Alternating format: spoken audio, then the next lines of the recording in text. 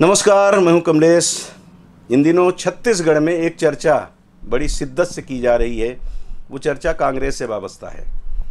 सुशील कुमार आनंद जो मीडिया प्रभारी हैं छत्तीसगढ़ के, और राधिका खेर जो नेशनल कोऑर्डिनेटर बताई जाती हैं कांग्रेस की, उनका बागी रुख, उनका बयान, उनका इल्ज़ाम, इस पर सब पर खूब चर्चा हो रही है। भारतीय जनता पार्टी के लोग कांग्रेस के नेताओं को घेर रहे हैं। इस मामले को लेकर कांग्रेस के लोग अपनी सफाई दे रहे हैं। बहुत सारी बातें हो रही हैं। राधिका खेरा ने एक इंटरव्यू दिया मीडिया को, जिसमें उन्होंने आज बहुत गंभीर आरोप लगाए, और आरोप इस तरह के हैं कि उसको अभी कम शब्दों में बयां करना मुमकिन नहीं है, इसलिए कि काफ़ी लंबा उनका आरोप है। और उस आरोप में एक बड़ा आरोप है कि 3 लोगों ने उनको कमरे में बंद करके रखा हुआ था और शराब ऑफर की गई, और शराब ऑफर करने वालों में उन्होंने कांग्रेस प्रदेश अध्यक्ष का भी नाम लिया है। इस विषय पर थोड़ा सा मन हुआ कि चर्चा उन लोगों से की जाए जो लोग विवाद के समय वहाँ मौजूद थे, जो प्रत्यक्षदर्शी थे, जिन्होंने सब लोगों के बीच में बातचीत होते हुए देखा है, सबकी बॉडी लैंग्वेज समझते हैं, सबके शब्दों का ध्यान है। उनमें एक है दीपक जी, आप मीडिया कोऑर्डिनेटर हैं छत्तीसगढ़ के, और सुशील आनंद शुक्ला जी के काफ़ी नज़दीकी हैं, और उनके साथ अक्सर इनका उठना बैठना होता है। कांग्रेस के नेता होने के नाते ही वो कोऑर्डिनेटर हैं। आप भी दीपक जी उस समय थे जी। क्या हुआ, क्या था उस समय? राधिका जी हमारे जो नेशनल लीडर हैं पवन खेड़ा जी, उनका नेक्स्ट डे विजिट था छत्तीसगढ़ में जी। तो राधिका जी आई मीडिया विभाग के ऑफिस में, सुशील जी के ऑफिस में जी, और उनसे सुशील जी ने पूछा जी कि कल खेड़ा जी आ रहे हैं, क्या प्रोग्राम है मैडम, क्या क्या तैयारी करनी है जी। राधिका जी ने कहा सारी तैयारियां हो गई जी, जिस पर सुशील आनंद शुक्ला जी ने आपत्ति दर्ज की जी, कि क्योंकि वो छत्तीसगढ़ के मीडिया विभाग के अध्यक्ष हैं, प्रमुख हैं, तो एक नैतिक जिम्मेदारी और उनकी जिम्मेदारी बनती है, उनके अधिकार में आता है कि जो भी तैयारी हो रही है जी, वो प्रोटोकॉल के अंदर उनके अंडर में हो जी। राधिका जी ने पहले ही तैयारी कर ली थी, हमारी लीडर हैं जी, उनका अधिकार है, वो कर सकती हैं, लेकिन एक बार वो जानकारी देती, जिसको वो जानकारी नहीं दी थी, जिसको उन्होंने तुरंत बताया, तो वो सुशील भैया के लिए, सुशील आनंद शुक्ला जी के लिए बड़ा शॉकिंग था। तो उन्होंने उस पर आपत्ति दर्ज की जी कि ऐसा क्यों किया आपने, मतलब हमको बता देती जी, हम भी आपके साथ होते।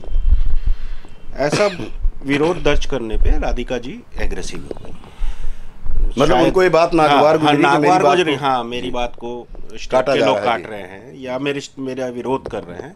वो विरोध उनको बर्दाश्त नहीं हुआ जी, जिससे वो हाइपर हो गई और जोर जोर से चिल्लाने लगे।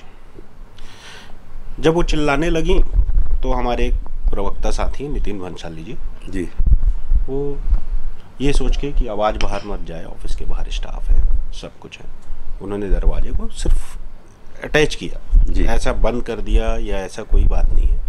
और उस समय राधिका जी मोबाइल निकाल के वीडियो को रिकॉर्डिंग भी चालू कर चुकी थी जी। ये सारी बातें रिकॉर्डिंग में हैं, राधिका जी के पास वीडियो रिकॉर्डिंग है जी।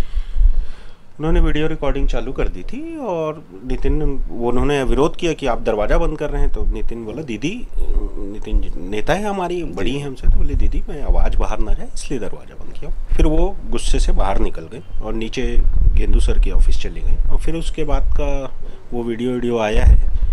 तो ऐसी कोई बात थी नहीं कि जिसमें विरोध हो या कोई बात हो या कोई असंवेदनशील बातें हो या अनसंसदीय भाषा का प्रयोग हो, ऐसा कुछ भी नहीं हुआ।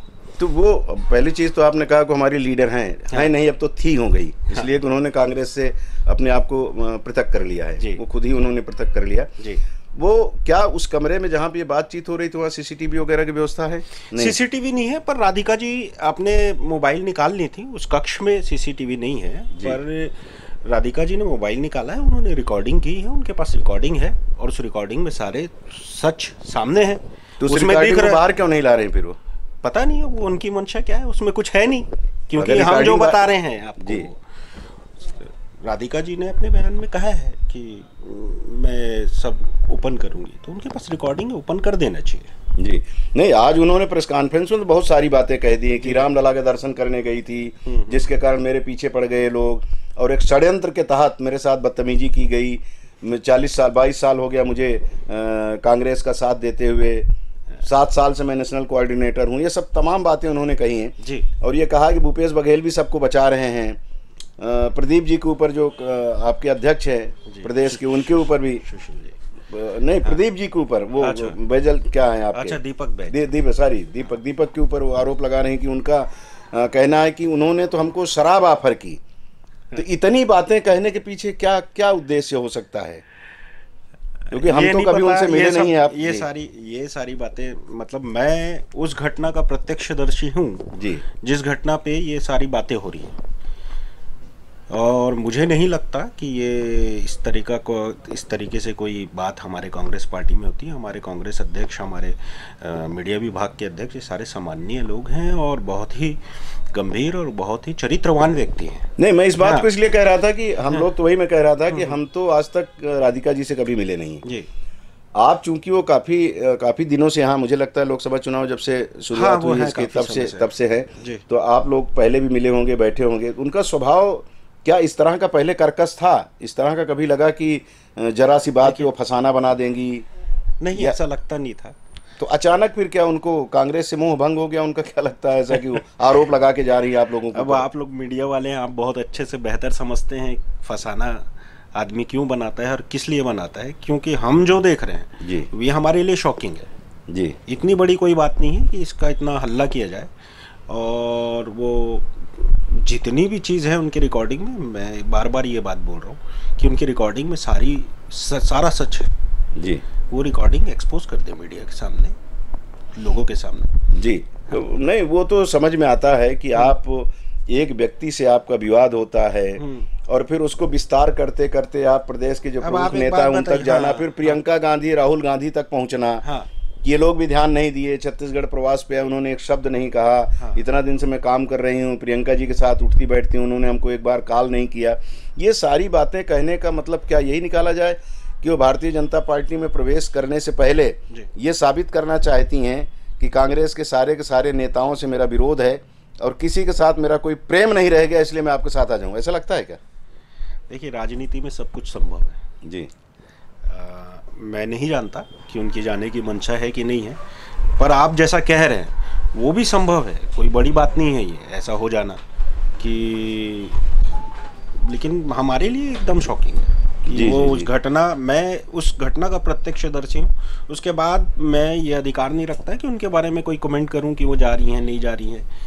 वो अभी तक जब तक जाए ना, ऑफिशियली प्रवेश ना कर ले, तब तक मैं उनके बारे में। कांग्रेस तो छोड़ ही दिया उन्होंने, कांग्रेस से तो रिजाइन कर ही दिया, अभी गई नहीं है भाजपा में, लेकिन प्लेटफार्म तैयार किया जा रहा है, ऐसा लगता है। हो सकता है। मैं आपकी इस बात से मतलब ये बोलता हूँ कि मैं काफ़ी हद तक सहमत हो सकता हूँ कि हाँ, ऐसा कुछ मंशा हो उनका, क्योंकि वहाँ तो ऐसी कोई घटना नहीं हुई थी जी। वहाँ ऐसी कोई घटना नहीं हुई थी जिसके लिए उनको इतना पैनिक होना पड़े, रोना पड़े या इतना ट्वीट करना पड़े। ऐसा कुछ भी नहीं था, माता कौशल्या या स्त्री या पुरुष वाली बात करनी पड़े, ऐसी कोई बात नहीं थी। जब वो बहुत हाइपर हो गई, बहुत चिल्लाने लगी, तो सुशील जी ने बस इतना कहा कि मैडम हल्ला मत करिए प्लीज़, आप जाइए जी।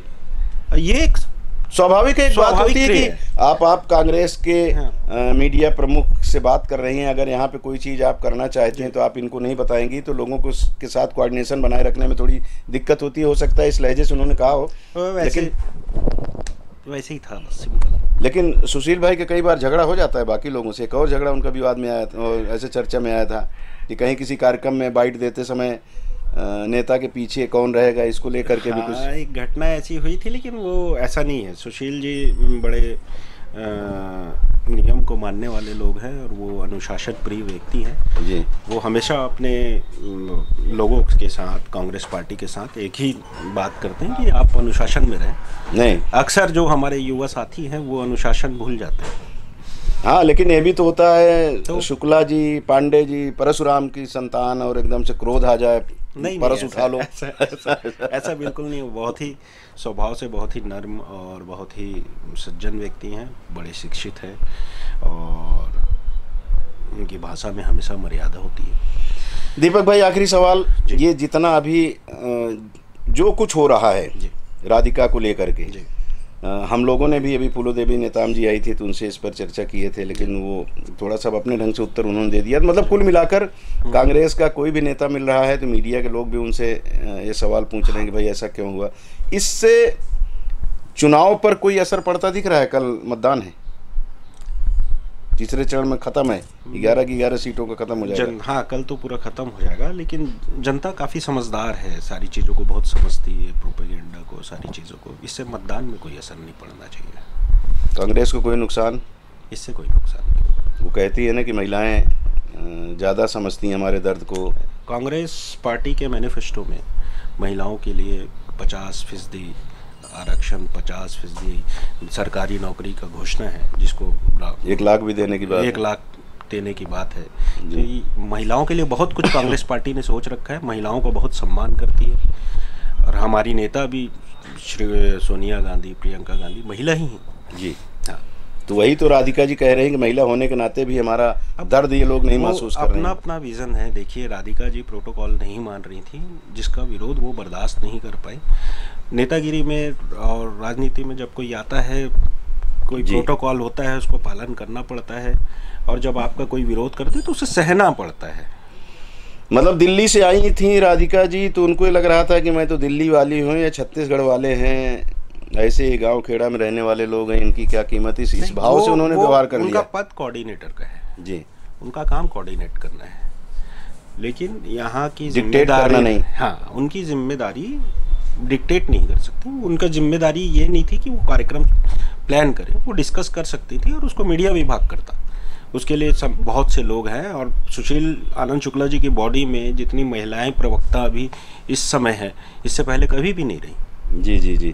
भूपेश जी का क्या कहना है इस मामले में? चर्चा हुई आप लोगों की? नहीं, हमारी। उनको भी कहा जा रहा है, उन्होंने लिखा था दुशील को कका ऐसा। हाँ, उनका ट्वीट था कुछ ऐसा, पर वो मर्यादित नहीं था जी। वो जो बातें थी, ऐसा ट्वीट उनको नहीं करना चाहिए था। वो ट्वीट समझ नहीं आ रहा है वो क्यों कर रही हैं, उनका इंटेंशन क्या है इसके पीछे। पर ऐसा कुछ घटना नहीं है, और ना ही हमारे नेताओं ने इस बारे में कोई राय दी है। जांच हुई है, इसमें जांच में सबके बयान लिए गए हैं, हमारी बयान सब सारे चले गए हैं ऊपर। अब इसमें पार्टी जो फैसला करेगी वो मान्य होगा। जी जी। आज उन्होंने अपने बयान में जो कुछ कहा है मीडिया के साथ, तो चर्चा में तो वो तो बहुत स्पष्ट है कि वो अब ये लगभग खुलासा हो गया कि भाजपा में जाने का उन्होंने मन बना लिया है, इसलिए पूरी भूमिका उन्होंने तैयार की है। अब उस समय वहाँ जो कुछ हुआ था, आप जो कह रहे हैं उसको सही मान लिया जाए तो उसमें तो कोई गलती ही नहीं थी। हाँ, हम तो प्रत्यक्षदर्शी, और मेरे साथ और भी 4 साथी थे जी। चलिए, ये चुनाव का समय है, चुनाव के समय ये सब बातें होना लाजमी है, लेकिन एक महिला होने के नाते और एक अच्छी प्रवक्ता होने के नाते जिस तरह का उन्होंने आरोप लगाया, उसकी वजह से चर्चाएं खूब हुई, आगे भी होंगी, लेकिन मुझे लगता है कि इससे चुनाव पे बहुत फर्क पड़ने वाला नहीं है। चलिए, विराम देते हैं। बहुत बहुत शुक्रिया कार्यक्रम देखने का। और दीपक भाई, आप समय निकाले, रायपुर से आए, हमारे साथ, हमारे दर्शकों के साथ वो जो विवाद चल रहा है उस पर अपने विचार साझा किए। बहुत बहुत शुक्रिया। धन्यवाद।